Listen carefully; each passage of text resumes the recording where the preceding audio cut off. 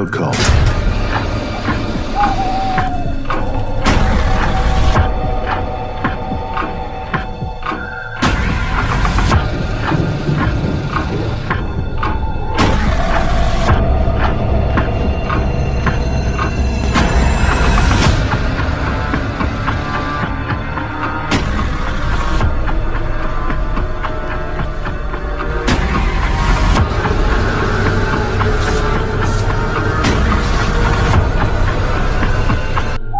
Assalamualaikum warahmatullahi wabarakatuh. Selamat datang dan terima kasih untuk kalian semua yang sudah mampir di podcast Horror Story. Bersama saya Miss Horror, kurator channel ini. Halo, bagaimana kabar kalian? Saya harap kalian baik-baik saja ya. Untuk kali ini Miss Horror ingin share cerita horor lagi nih. Dan cerita kali ini berhubungan dengan pengiring jenazah gaib.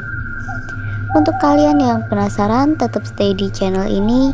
Namun sebelum saya memulai ceritanya, yuk bantu support channel ini dengan cara klik tombol subscribe, like, komen, dan jangan lupa tombol loncengnya ya, agar kalian tahu jika saya update video terbaru.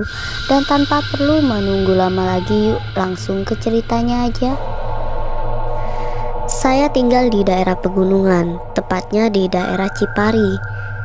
Letak desa saya yang masih jarang dengan rumah penduduk, bisa dikatakan bikin orang terkadang merasa takut apabila keluar malam. Desa saya bernama Desa Karangreja, yang terdiri dari 10 RW dan saya tinggal di RW 7. Sesungguhnya peristiwa ini terjadi setahun yang lalu. Suatu hari ada berita yang cukup menggemparkan. Salah satu dari warga saya, tepatnya warga RW 5, meninggal dunia karena kecelakaan di Jakarta. Dia segera dibawa pulang ke kampung halamannya, yakni di desa saya ini. Dan sejak mendengar berita itu, situasi di desa saya terasa mencekam. Malam harinya jenazah pun tiba di rumahnya. Banyak warga yang melayat sembari kirim doa. Keesokan harinya persiapan sudah selesai dan jenazah siap dikuburkan. Jenazah digotong oleh 4 orang, 2 di depan serta 2 lagi di belakang. Beberapa warga lainnya mengiringi jenazah hingga ke pemakaman. Saat malam harinya situasi sangatlah sepi. Sekitar jam 2 malam Pak D saya pulang dari rumah saudaranya. Dan kebetulan Pak D lewat depan rumah duka. Pak D saya pulang sendirian dengan berjalan kaki. Sesudah melewati rumah almarhum itu, Pak D saya mendengar ramai suara orang di belakangnya. Jumlahnya banyak sambil mengatakan lafaz La ilaha illallah. Ternyata saat Pak D menengok ke belakang, tampak beberapa orang tengah menggotong sebuah keranda jenazah.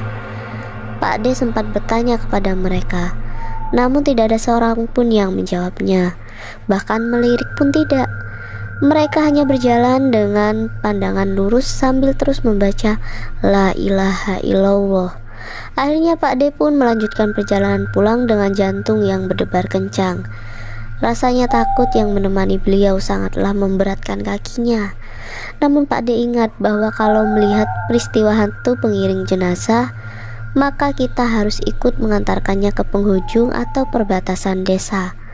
Alasannya agar tidak ada orang yang meninggal di desa yang dilewatinya itu. Maka dengan langkah yang berat, Pak D lalu berjalan di belakang mengikuti rombongan pengantar jenazah itu hingga ke batas desa. Walau sebenarnya rumah beliau sudah terlewati. Setelah tiba di perbatasan desa, tepatnya di sebuah perempatan, Pak D berhenti dan menepi ke sebuah warung yang sudah tutup. Akhirnya rombongan hantu pengiring jenazah itu terus berjalan menuju desa tetangga. Keesokan harinya tersiar kabar ada orang yang meninggal di desa tetangga saya yang semalam dituju oleh rombongan hantu pengiring jenazah itu. Entahlah. Itulah tadi cerita horor yang dialami oleh Pak D teman saya. Sebagaimana mungkin hal-hal tersebut tabu di lingkungan kita, apalagi kita yang tidak bisa melihat makhluk tak kasat mata. Namun sebagai umat beragama, kita menghargai dan berusaha tidak mengganggu dan mendoakan supaya mereka tenang di sisinya.